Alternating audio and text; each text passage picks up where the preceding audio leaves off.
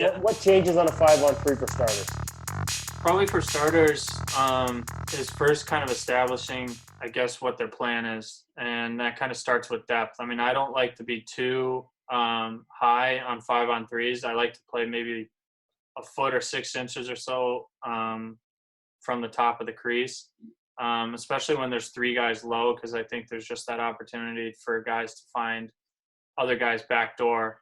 And then again, I think this was one game removed from when Kachuk went between the legs against San Jose. So this was kind of something that I knew was an opportunity.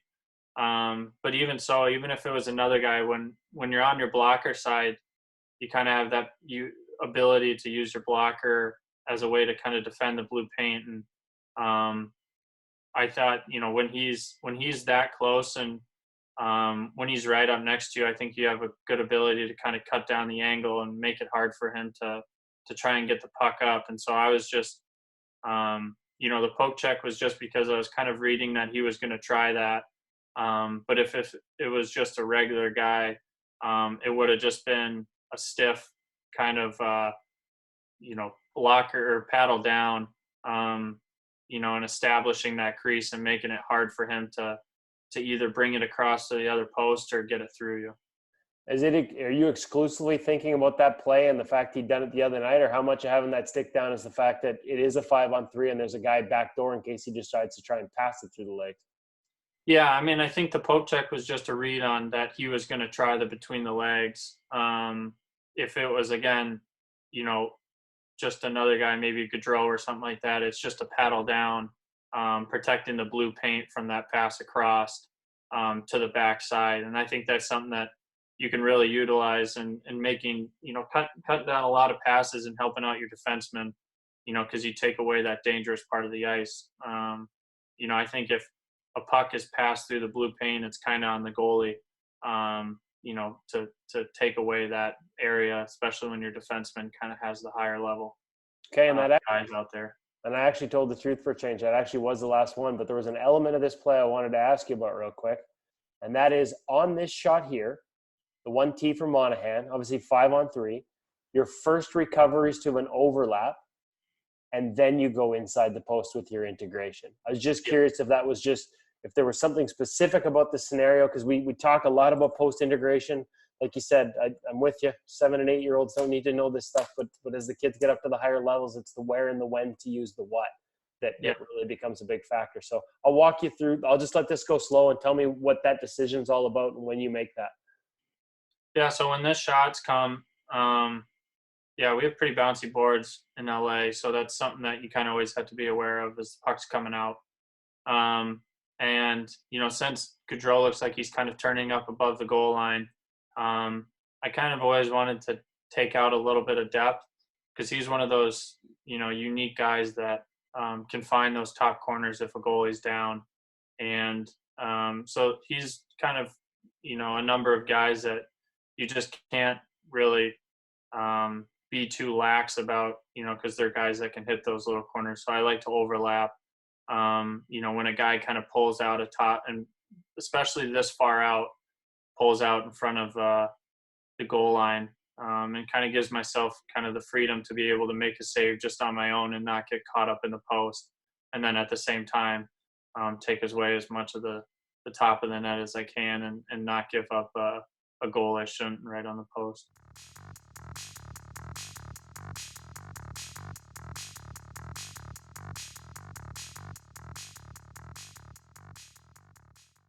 Yeah, so probably the main thing, like I said, was kind of establish yourself at the top of the crease and get your depth when you can. The advantage that I had on this one is he looks over at the passer first. So the good thing is in that regard, he's not setting up his shot directly. So he's not looking at me, looking for holes, looking where he can shoot, which kind of puts me at an advantage. So you're watching the fact that Monahan's looking over. Yeah, so he's looking over the whole time, and I can kind of, I guess, read that if that pass isn't working, he's obviously going to shoot. But you see how little time he has to kind of pick a corner. So it's more so when your depth, and positioning takes over. where you can expect that, there's a chance that he makes a hell of a shot, but, it's not one of those where he's setting up, looking at me the whole time, and an ability to pick the corner. It's one where he is looking at the pass and he's only briefly able to look at me before shooting, which I think gives you the benefit of, if you're in the right position, I think this one he just drills right into my chest. But right when he looks up, he's already almost shooting the puck, which doesn't give him a great opportunity to pick a corner. And it's just a little shift and making sure there's not any holes. And you're able to take that ice like that because you're reading, because of that read allows you to be aggressive like that? Or is there another element of that play that's why you choose to be top of the crease there? I mean, I think just in general, I mean, I know the threat on the one-timer, there is that threat, but I would rather, your job first and foremost is to take the shooter. And if that pass goes across, that's when your athleticism and, being dynamic takes over. And so I wanted to make sure that I was, first respecting the shooter because that's your guy. And if that puck goes in, it's on you. And then if he would have turned and made that pass, the guy was high enough where it wouldn't have been one where I would have to go directly to the post. It would be one that I could explode laterally and still be able to cover a good part of the net. It wasn't like a guy was driving to the back door where I would have to give up a little depth. He was still relatively high where that depth was at the top of the crease was fine.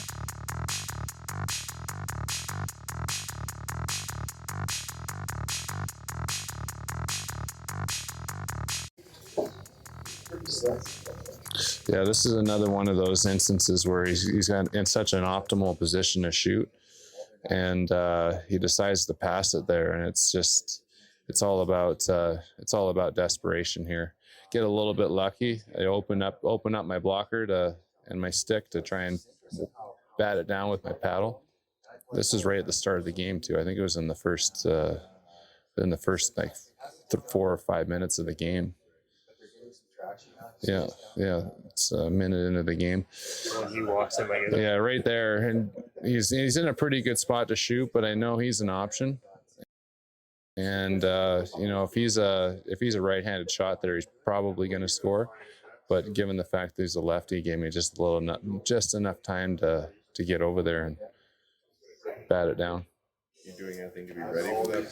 Okay. It's hard because it's hard. You try not to be too high. You can't cheat it, but like I said, he's in such a good position to shoot. You definitely don't want to be giving up the shot. But you're taking a little less ice, knowing that. Yeah, 100%.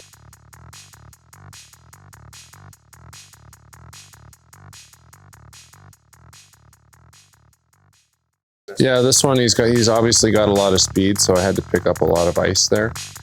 And I actually remember the game, but you can tell that he had a lot of momentum coming, so it was most likely going to try and stretch me out.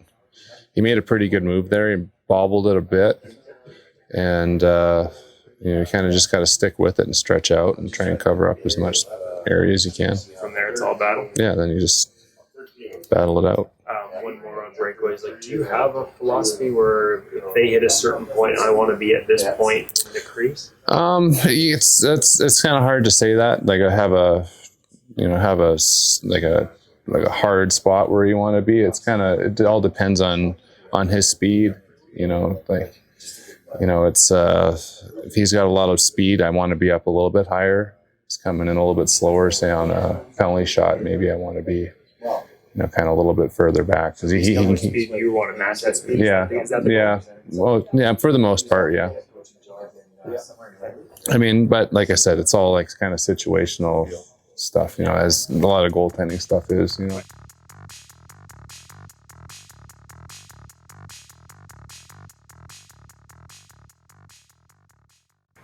Okay, so this is that other Tampa Bay save, and again, sorting out a rush chance to start with.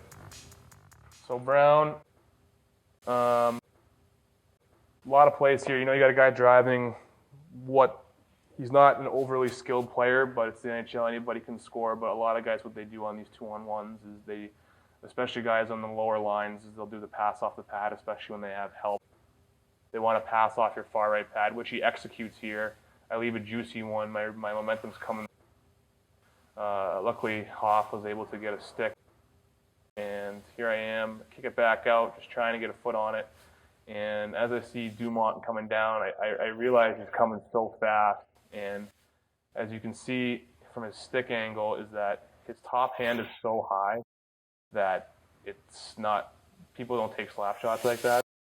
He's trying to corral it in that motion. If his hand's up here, this is a corralling motion. And so as soon as I see his hand go up, I know he wants to use his speed and try and take it the other way.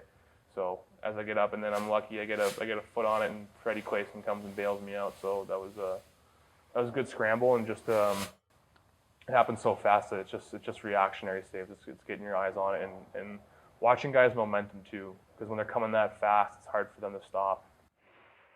Yeah. But you mean if you don't grab that right edge, you don't have a chance. I mean, I know you say your teammate bailed you out. Yeah. I mean, that's tucked into the back of the net empty. You don't have that right edge to make a pushback. Yeah, staying in the legs, staying on the edges is huge there. It's not diving. It was just I was able to stay on my edges, and it allowed me to stop my momentum, which was the hard part, and get something going the other way.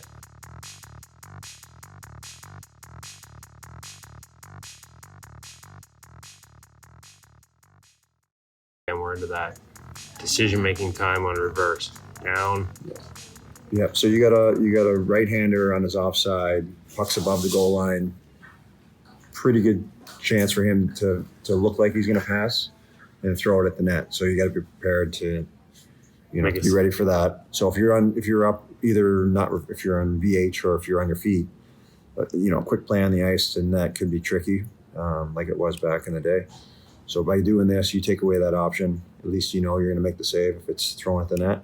As soon as it comes back out, you're up to your feet. Is that key? There's no shot ability, so now you get back to your feet. Now you have full mobility to come out, go back. Now he starts to attack again. Now he doesn't attack. So it's fine trying to gauge where he can shoot and when he can't shoot. But because I get back to my feet, I'm able to push across. Even though he misses the net, I'm there. You're there. But if I'm stuck in VH or reverse, chances of me getting across versus a guy like Nielsen, who's really good off the post like that.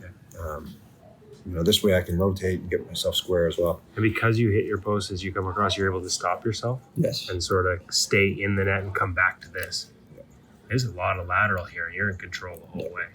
Would that have been the case maybe 4 years ago? Would it be played that different? Yeah, I would have been one knee down or on my feet, and the game has to be more controlled and much more calm.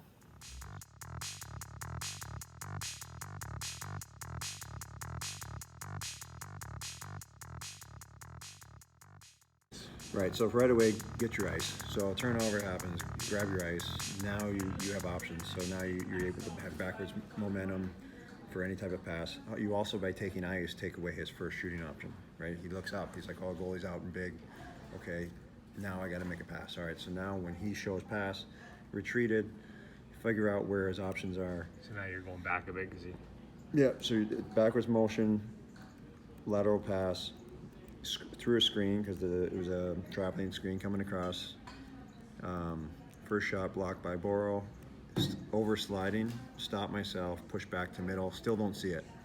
Have no clue, Boro's right in the line of sight. Push back to the middle and blocker save, or kind of right in the belly just by getting back to middle ice. There we go. Okay. And this is just a sort of replay of it.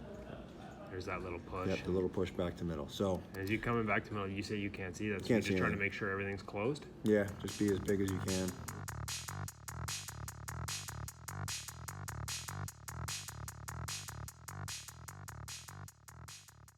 Yeah, I don't usually do that on right-handers, actually. Okay. Right-handers are saved for the other side. It's usually only when he as he cuts here and puts his head down, and then we had back pressure too. You just gotta commit to it. Like I said, this is probably a rare one that you'll find me doing this way on a righty. Usually It's going to be strong side either way, lefty on the other side, or sorry, righty on the other side and lefty here. But yeah, it's just a read. And then you got to, the biggest thing is you got to hold your ground and wait, and then you got to commit to it. Otherwise, you're going to look silly. Is there anything in these in terms of when you make this decision that you're looking for when you talk about that read? Like, I remember Dom saying years ago something about like he saw a guy with his head down at like center and he was already making it. You know what I mean? Like, yes. So for me, it's always it's out. Like he's got to be coming from an angle. The more angle, the better. And then, like I said, you kind of got to make the decision early. If he's flying in, like a lot of it has to do in a game too with the back pressure, right? Like he's got this guy chasing him. He's never really in a position to shoot the entire time because he's got the puck in front of him. And then, like I said, you see that. So you got to time it where as soon as he puts his head down. I mean, this got a little dangerous. This is why I don't usually do this on a right-handed shot here. But once you go, you got to go, and you got to go forward straight at him. And I mean, there really shouldn't be anywhere to go. And yeah, like I said, that's kind of a different clip with the right-hander. But it's like I said, it's a guy coming in with speed at an angle. Usually, if he's getting some back pressure, so he's trying to beat your guy up and make a move to the net. And then you can't have any drift backwards. You got to just get out there and set and wait. And with my reach, if I go, I'm obviously trying to get the puck, but I'm also just honestly putting my forehead into his boots. So if I miss the puck, he's going to go flying. and when you say righty lefty, that's because he can go to the forehand like that. That's why you wouldn't normally do that one. Yeah, or he can go forehand backhand and lift it up. Like a lot of the times, if a guy's coming in strong side and he lowers his shoulder, it's not really capable of going. He's driving to go backhand and then back to his forehand. This is new. Very fresh, yeah. This is very fresh. Can we do it right there? Yeah, Okay. Here, right there. So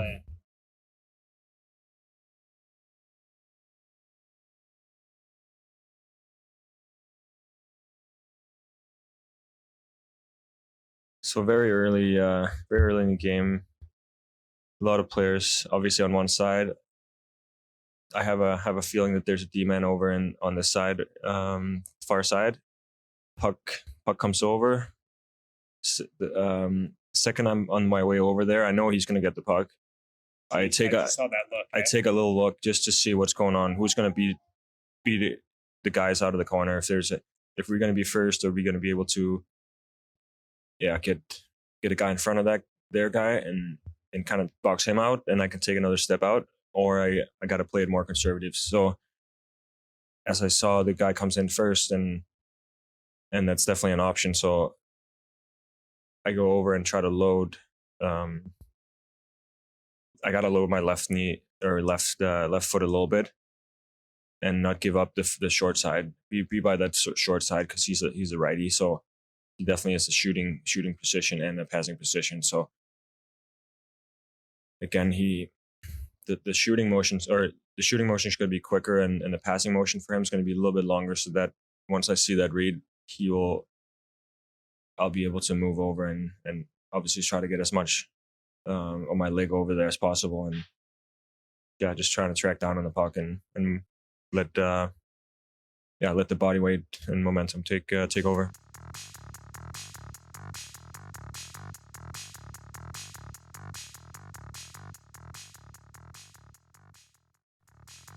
No, for me on this one, it's an easy read. Everyone's on one side of the ice.